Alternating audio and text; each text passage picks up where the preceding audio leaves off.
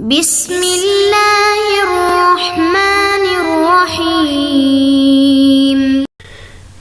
بسم اللہ الرحمن الرحیم الحمد للہ رب العالمین والصلاة والسلام علی رسولہ محمد وآلہ واصحابہ اجمعین اما بعد۔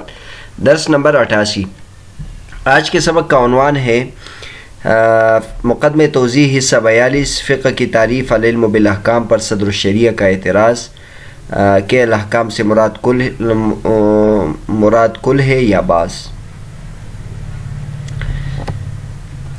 توضیح طلبی کا مقدمہ چل رہا تھا۔ مقدمے میں اصول فقہ کی تعریفات سے متعلق مباحث ذکر کیے گئے ہیں۔ اصل کی تعریف گزر چکی ہے، فقہ کی پہلی تعریف گزر چکی، فقہ کی دوسری تعریف چل رہی ہے العلم بالاحکام الشرعیہ العملیہ من ادلتها التفصیلیہ۔ اس کے ضمن میں احکام کی تعریف گزر چکی، پھر شریعہ کی تعریف گزر چکی، اور آخر میں علامہ صدر الشریعہ رحمۃ اللہ علیہ فقہ کی اس دوسری تعریف پر یہ اعتراض کر رہے ہیں کہ اس میں العلم بالاحکام کا لفظ استعمال ہوا ہے، اس میں الاحکام سے مراد تمام احکام مراد ہے، بعض احکام مراد ہے، یا اس کے لیے جو بھی معنی آپ مراد لیں وہ درست نہیں ہے، اور اگر کل احکام مراد لیتے ہیں تو احکام لامتناہی ہے، بہت زیادہ ہے، اس کی مقدار مقرر نہیں ہے۔ اگر کل واحد مراد ہے کہ ہر فرد مراد ہے تو یہ بھی درست نہیں ہے، کیونکہ بعض ائمہ کو بعض مسائل کا علم نہیں تھا، اور اگر آپ بعض مراد لیتے ہیں تو بعض بھی متعین نہیں ہے، کیونکہ جب تمام متعین نہیں ہے تو اس کا بعض بھی مقرر نہیں کیا جا سکتا، اور تحیّع بھی مراد نہیں لے سکتے، کیونکہ تحیّع بعید جو ہے وہ غیر فقیہ کو بھی حاصل ہوتا ہے، اور تحیّع قریب جو ہے وہ منضبط نہیں ہوتا۔ اس کے بعد ہم نے ان مباحث کو علامہ تفتازانی رحمۃ اللہ کے کلام میں بھی بیان فرما دیا کہ تفتازانی رحمۃ اللہ علیہ نے اس سے متعلق جو بحث کی ہے، اور انہوں نے پہلے وہی بحث کی جو علامہ صدر الشریعہ رحمۃ اللہ علیہ نے بحث کی ہے، اور ان اعتراضات کو انہوں نے وضاحت کے ساتھ بیان کیا ہے۔ تو تفتازانی رحمۃ اللہ جو بیان کیا ہے پہلے اس کا خلاصہ ذکر کرتے ہیں اور پھر اس کے بعد آگے چلتے ہیں۔ علامہ تفتازانی رحمۃ اللہ نے فرمایا کہ احکام سے مراد کل بھی نہیں لے سکتے، کیونکہ حوادث اگرچہ فی نفسی متناہی ہے، یعنی ایک دن ختم تو ہو جائیں گے، لیکن بہرحال پھر بھی اس کا شمار نہیں کر سکتے ہیں۔ اور اگر احکام سے مراد کل واحد مراد ہو تو بعض جو بالاتفاق فقیہ تھے، جیسے امام مالک رحمۃ اللہ علیہ، ان سے 40 مسائل کے بارے میں پوچھا گیا، ان میں سے 36 کے بارے میں ان کو علم نہیں تھا، تو وہ بھی فقیہ کی تعریف سے نکل جائیں گے۔ تیسری صورت یہ ہے کہ ہم بعض مراد لے لیں تو بعض بھی نہیں مراد لے سکتے، کیونکہ جب کل مقرر نہیں ہے تو کل کی وجہ سے جو بعض ہے وہ بھی مقرر نہیں ہو سکتے، اور کل کی جہالت، یعنی کل کی مقدار کی جہالت، یہ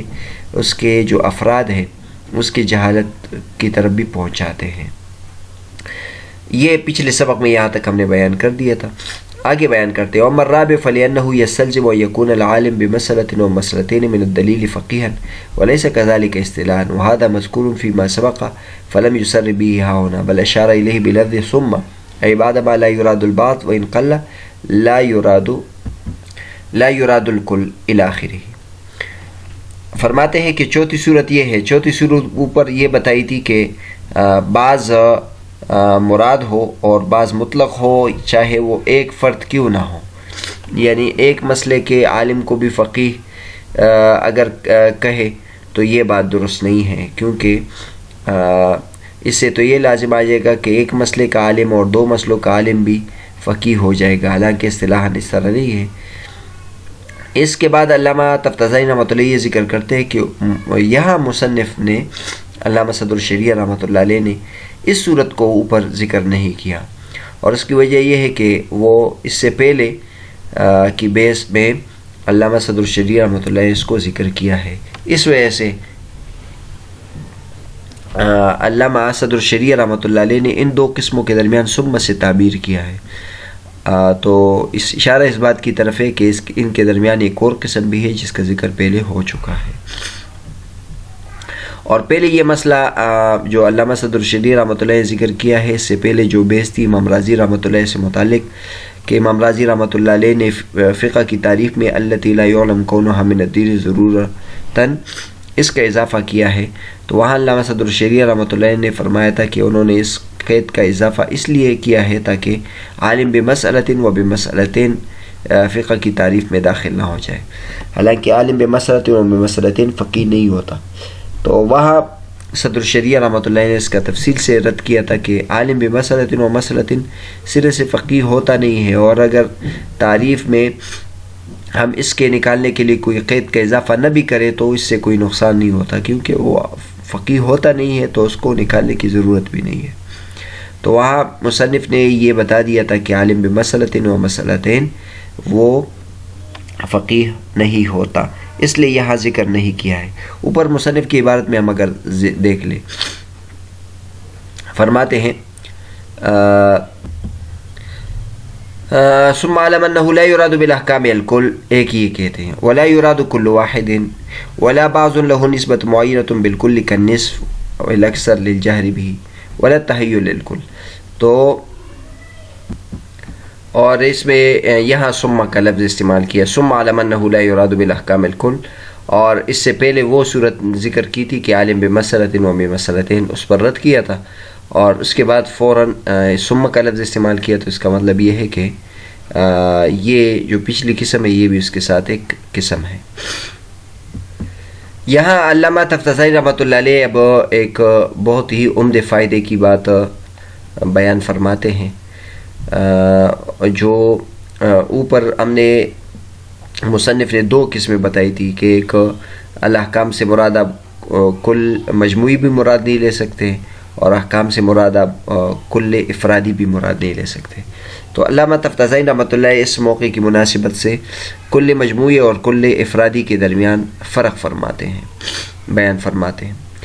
فرماتے ہیں وہاں ہونا بحث وهو ان من الاحکام ما يصح حمله على الكل دون كل واحد كقولنا كل القوم يرفع هذا الحجر لا كل واحد منهم، ومنها ما هو بالعكس كقولنا كل واحد من الناس يكفيه هذا الطعام لا كل الناس، ومنها ما لا يختلف كقولنا ضربت كل القوم وكل واحد منهم، ومعرفة الأحكام من هذا القبيل إذ معرفة جميع الأحكام معرفة كل حكم وبالعكس، وإن التزم المصنف أن معرفة جميع الأحكام أعم من معرفة كل واحد بالباس فقط فعدم تناهي الحوادث لا ينافي ذلك، والظاهر أنه قصد بالكل مجموع الأحكام الماضية والآتية، وبكل واحد ما يقع ويدخل في الوجود على التفصيل ويلتفت إليه ذهن المجتهد حيث علل عدم إرادة الأول بلا تناهي الحوادث والثاني بثبوت لا أدري۔ فرماتے ہیں کہ یہاں ایک بحث ہے، اور وہ یہ ہے کہ احکام میں سے بعض وہ ہے کہ اس کا کل پر محمول کرنا صحیح ہوتا ہے نہ کہ کل واحدین پر، جیسے ہمارا یہ قول کہ تمام قوم یہ پتھر اٹھا سکتی ہے نہ کہ ہر ایک فرد، اور بعض ایسے ہیں کہ ان میں کل واحدین پر حمل ہو سکتا ہے نہ کہ کل مجموعی پر، جیسے کل واحد من الناس یکفی ھذا الطعام لا کل الناس، لوگوں میں سے ہر ایک کے لیے یہ کھانا کافی ہے نہ کہ تمام لوگوں کے لیے۔ اور بعض ایسے ہوتے ہیں کہ جو اس میں یہ ایک دوسرے سے یہ آگے پیچھے نہیں ہو سکتا، یعنی کل اجماعی اور کل مجموعی اور کل افرادی دونوں ایک دوسرے سے الگ نہیں ہوں گے، اور بلکہ دونوں اکٹھے مراد ہوں گے، جیسے ضربت کل القوم، میں نے پوری جماعت کو مارا، تو اب اس میں کل القوم بھی مراد ہے اور کل واحدین بھی مراد ہے۔ اب آگے علامہ تفتزانی رحمۃ اللہ فرماتے ہیں کہ احکام کی پہچان وہ اس قبیل میں سے ہے، اس لیے کہ تمام احکام کی پہچان یہ ہر ایک کی حکم کی پہچان بھی ہے اور اس کے برعکس بھی ہے، اگرچہ مصنف نے یہ التزام کیا کہ معرفت جمیع الاحکام اہم ہے معرفت کل واحدین سے اول بعض سے، فعدم متناہی الحوادث لا ينافي ذلك، حوادث کا متناہی نہ ہونا یہ اس کے منافی نہیں ہے، لیکن بظاہر یہ ہے کہ مصنف نے کل سے مراد مجموعہ احکام ماضیہ اور عطیہ کو مراد لیا ہے، اور کل واحدین سے وہ احکام مراد لی ہے جو واقع ہو گئے ہیں اور وجود میں آ چکے ہیں تفصیل سے، اور مجتہد کا ذہن اس کی طرف چلا گیا ہے، اور یہ معنی اس وجہ سے مراد ہے کہ مصنف نے پہلے معنی کا مراد نہ لینے کی علت عدم تناہی حوادث کا ذکر کیا ہے، اور دوسرے کے مراد نہ لینے کی جو علت ذکر کی ہے وہ لا ادری کے ثبوت کے ساتھ دیا ہے۔ اس عبارت میں علامہ تفتزانی رحمۃ اللہ فرماتے ہیں کہ جب ہم کل کا لفظ استعمال کرتے ہیں تو کبھی اس سے ایسا ہوتا ہے کہ اس سے کل مجموعی مراد ہوتا ہے، کل افرادی مراد نہیں ہوتا، اور کبھی کل افرادی مراد ہوتا ہے، کل مجموعی مراد نہیں ہو سکتا، اور کبھی کبھی ایسا ہوتا ہے کہ وہ دونوں بیک وقت مراد لیے جا سکتے ہیں۔ تو بہرحال اس میں 3 صورتیں ہوتی ہیں، جیسے کہ عموم خصوص من وجہ میں ہوتا ہے۔ تو یہاں ہمیں 3 مثالوں کی ضرورت ہوگی۔ ایک وہ مثال جس میں کل مجموعی تو مراد لیے جا سکتے ہیں، کل افرادی مراد نہیں ہے، جیسے کل القوم یرفع هذا الحجر۔ بعض مرتبہ ہم یہ کہنا چاہتے ہیں کہ یہ پتھر پوری جماعت اٹھا سکتی ہے، تو کل القوم یرفع هذا الحجر، اس کا مطلب یہ ہے کہ سب مل کر اگر اس کو اٹھانا چاہے تو اٹھا سکتے ہیں۔ یہ مطلب نہیں ہے کہ ان میں سے ہر فرد یہ پتھر اٹھا سکتا ہے۔ تو یہاں کل کا اطلاق ہے اور کل سے مراد مجموعی ہے، کل افرادی مراد نہیں ہے۔ بعض مرتبہ اس طرح ہوتا ہے کہ کل افرادی مراد ہوتا ہے اور کل مجموعی مراد نہیں ہوتا، جیسے کل واحد من الناس یکفی هذا الطعام، یہ کھانا جماعت میں سے ہر ایک کے لیے کافی ہے۔ مطلب یہ ہوتا ہے کہ مثلا ہم کسی چکر پہ جا رہے ہوں اور ہم نے ایک کھانے کی پیکٹ تیار کرنی ہے کہ ایک بندے کے لیے جو مقدار کافی ہوتا ہے اس کو پیک کرنا ہے ہم نے۔ مثلا ایسے موقع پر ہم ایک مقدار مقرر کر لیتے ہیں کہ جماعت میں سے جتنے بھی افراد ہیں ان میں سے اس کے لیے یہ ایک بندے کے لیے کافی ہے۔ تو اب ایسے موقع پر ہم کل واحد من الناس یکفی هذا الطعام کہتے ہیں، تو اس کا مطلب یہ نہیں ہے کہ یہ جو ایک پیکٹ ہے یہ پوری جماعت کے تمام افراد کے لیے کافی ہے، یہ مطلب نہیں، بلکہ ہمارا مطلب یہ ہوتا ہے کہ ان میں سے ہر فرد کے لیے اس طرح کا ایک پیکٹ کافی ہے۔ اور مطلب یہ ہوتا ہے کہ بعض مرتبہ ایک انسان بہت زیادہ کھانا کھاتا ہے، بعض مرتبہ ایک آدمی متوسط کھانا کھاتا ہے اور ایک بہت کم کھانا کھاتا ہے، تو ہم نے جو مقدار مقرر کر دی ہے وہ زیادہ مقدار مقرر کر دی ہے، ان میں سے کوئی بھی ہو چاہے زیادہ کھانے والا ہو اس کے لیے بھی یہ کافی ہے۔ تو اب اس موقع پر ہم دیکھ لیں کل واحد من الناس یکفی هذا الطعام، یہ کل افرادی کے لیے، کل مجموعی کے لیے نہیں ہے۔ لیکن تیسری صورت یہ ہے کہ ان میں سے ہر ایک بیک وقت مراد ہوگا اور کسی ایک کو مراد نہیں لیا جائے گا، جیسے ضربت کل القوم، میں نے پوری جماعت کو مارا۔ اب پوری جماعت 15 بندوں کی ہے، اب میں نے ان کو مارا، تو ان ایسے موقع پر تمام پر بھی ضرب واقع ہو گیا ہے اور ان میں سے ہر ایک پر بھی ضرب واقع ہو گیا ہے۔ یہ ہم یہاں نہیں مراد لے سکتے کہ کل مجموعی مراد ہو کل افرادی مراد نہ ہو، یا کل افرادی مراد ہو کل مجموعی مراد نہ ہو، مطلب دونوں بیک وقت جمع ہوں گے۔ اب آتے ہیں یہاں اس قاعدے کو یہاں دیکھتے ہیں کہ یہاں پر جو ہم نے یہ کہا ہے کہ تمام احکام کا پہچاننا ضروری ہے، تو یہاں تمام احکام یہ کل مجموعی مراد ہے یا کل افرادی مراد ہے یا کل دونوں مراد ہے۔ تو ایسے موقع پر علامہ تفتزانی رحمۃ اللہ فرماتے ہیں کہ یہ تو یعنی اس دونوں مراد لیے جائیں گے، یہاں وہ صورت ہوگی کہ جن میں کل افرادی اور کل مجموعی دونوں اکٹھے ہیں۔ اس لیے کہ اگر ہم یہ کہیں کہ ایک شخص تمام مسائل کا عالم ہو تو تمام مسائل کا عالم کا مطلب یہی ہوگا کہ ان میں سے ہر مسئلے کا بھی وہ عالم ہے، اور جب ہم یہ کہتے ہیں کہ یہ ہر مسئلے کا عالم ہے تو وہ تمام مسائل کا بھی عالم شمار ہو گیا۔ لہٰذا یہاں دونوں اکٹھے مراد ہیں۔ اب یہاں سوال پیدا ہوتا ہے کہ مصنف نے اوپر ان دونوں کو قسیم بنا دیا کہ آپ احکام سے مراد یا تو کل مجموعی مراد لیں گے اور یا احکام سے مراد کل افرادی مراد لیں گے، اور ہر ایک کی علت بھی علیحدہ علیحدہ مقرر کر دی، تو اس کی کیا وجہ ہے؟ تو علامہ تفتزانی رحمۃ اللہ مصنف کی طرف سے یہ جواب دیتے ہیں کہ دراصل مصنف نے جو اس کو الگ کیا ہے یہ کسی ایک اور وجہ سے الگ کیا ہے، وہ یہ ہے کہ جب مصنف کل مجموعی کا ذکر کر رہے ہیں تو اس سے مراد ان کا وجود میں آنے والے مسائل اور آئندہ جو وجود میں آئیں گے وہ تمام مسائل مراد لے رہے ہیں، یعنی احکام ماضیہ اور احکام آتیہ ان تمام کے مجموعے کو وہ مراد لے رہے ہیں کہ اگر یہ معنی مراد لے کوئی تو یہ معنی بھی درست نہیں ہے، اور اس کی جو علت انہوں نے بیان کی ہے وہ علت یہ بیان کی ہے کہ احکام تو اس طرح منتہی نہیں ہوں گے، اور وہ